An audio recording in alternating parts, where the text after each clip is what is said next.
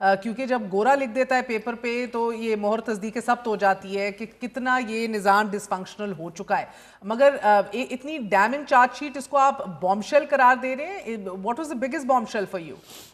देखिए, बिस्मिल्लाहिर्रहमानिर्रहीम, आपने बिल्कुल सही कहा। ये जो रिपोर्ट है ये पूरे निज़ाम के ऊपर चार्जशीट है। ये वज़ीर-ए-आज़म शहबाज शरीफ साहब की हुकूमत के ऊपर सिर्फ चार्जशीट नहीं है। और उसमें मेरे लिए जो चीज़ एक बड़ी मूविंग थी जब मैं इस रिपोर्ट को पढ़ रहा था कि आईएमएफ ने पाकिस्तान की जो फाउंडिंग फादर है मोहम्मद अली जिन्नाह, उनकी 1947 की जो एक स्टेटमेंट है उसको साइट किया अपनी रिपोर्ट के अंदर कि आपका आपका जो फाउंडिंग फादर है वो क्या कह रहे थे। वो कह रहे थे कि जो करप्शन है वो पाकिस्तान के मुआशरे के लिए जहर कातिल है। और उसके बाद वो फिर आगे बताते हैं कि जो उस मुल्क में जितनी करप्शन हो रही है उसके बाद आपका निजाम आज किधर चला गया।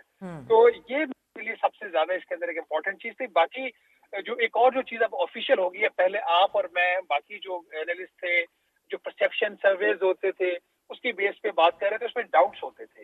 अब ये वाली जो आईएमएफ की रिपोर्ट रिलीज हुई है उसमें पाकिस्तान का जो गवर्नेंस का निजाम है, उसकी जितनी भी इकाइयां हैं, पाकिस्तान का जो ओवरऑल इकोनॉमी का स्ट्रक्चर है, उसके जितने भी आगे शोबे हैं, उसके ऊपर आपके पास अब एक ऑथेंटिक डॉक्यूमेंट आ गया। ये वो डॉक्यूमेंट है जिसके कई ड्राफ्ट एक्सचेंज हुए हुकूमत पाकिस्तान और आईएमएफ के दरमियान। ये फाइनल वर्जन है।